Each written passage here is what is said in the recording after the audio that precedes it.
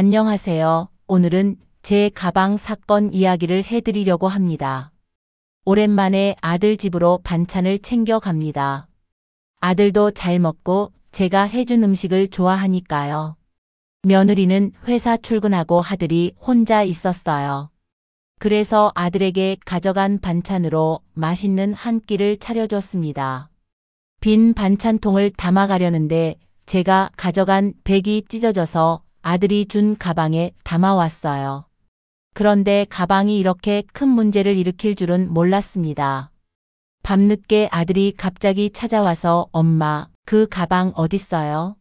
큰일 났어요. 하며 가방을 꺼내들더니 난리가 났습니다. 그 가방이 300만 원짜리 명품 가방이라는 겁니다. 며느리는 냄새가 배고 흠집이라도 나면 새로 사라고 난리를 쳤다고 했어요. 저는 그 말을 듣고 충격을 받았습니다.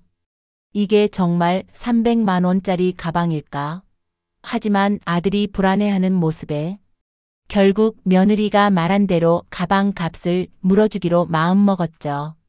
그런데 여러분, 그 가방의 진짜 정체를 알게 된 순간 저는 며느리에게서 뜻밖의 비밀을 마주하게 되었습니다. 오늘은 그 기막힌 이야기를 들려드리겠습니다. 정말 오랜만에 장을 보고 온갖 반찬을 만들어 아들 집으로 갔죠. 도착하고 보니 며느리가 출근한 날이었기에 아들과 오랜만에 식사를 하며 이야기를 나눌 수 있었습니다. 아들은 저를 반갑게 맞아주었고 제가 차려준 밥을 정말 맛있게 먹었습니다. 저는 아들이 밥 한 끼를 맛있게 먹는 모습을 보는 것만으로도 뿌듯했습니다. 이렇게라도 아들한테 잘해줘야지라는 생각에 빈 반찬통을 챙겨 집으로 오려는데 가방끈이 끊어질 것 같다며 아들이 방에 있는 가방을 꺼내줘 그 가방에 반찬통을 담아 집으로 돌아왔어요. 그날도 반찬을 챙겨주고 집에 왔을 뿐인데 이렇게 큰일이 터질 줄은 몰랐습니다. 밤늦게 초인종 소리가 들렸습니다. 누구지 싶어 문을 열어보니 아들이 서 있었습니다. 얼굴이 잔뜩 굳어 있더군요. 엄마, 아까 가져간 가방 어딨어요? 옷방에 넣어뒀지. 왜 그래? 아들은 급히 옷방으로 가서 가방을 꺼내 들고 숨을 몰아쉬었습니다. 큰일 났어요, 엄마. 이거 300만 원짜리 명품 가방인데 와이프가 거기에 반찬 냄새 배며 알아서 하라고 난리를 쳐요. 가슴이 철렁 내려앉았습니다. 뭐? 이게 300만 원이라고?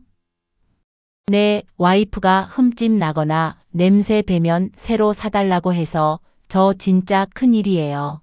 저는 어이가 없었습니다. 시장 가방처럼 보이는 이게 그렇게 비싼 가방이었다니요? 하지만 아들의 초조한 모습을 보니 마음이 복잡해졌습니다. 아들이 밤늦게까지 잠 못 이루며 며느리의 눈치를 볼 생각을 하니 더 답답했죠. 결국 저는 며느리가 원하는 대로 가방 값을 물어주기로 하고 다음 날 백화점으로 갔습니다. 백화점에 도착해 며느리가 말한 브랜드의 매장을 찾아갔습니다. 직원에게 가방을 보여주며 같은 걸 사고 싶다고 했죠. 그런데 예상치 못한 말을 듣게 되었습니다. 이 가방은 정품이 아니에요. 이미테이션 같네요. 네?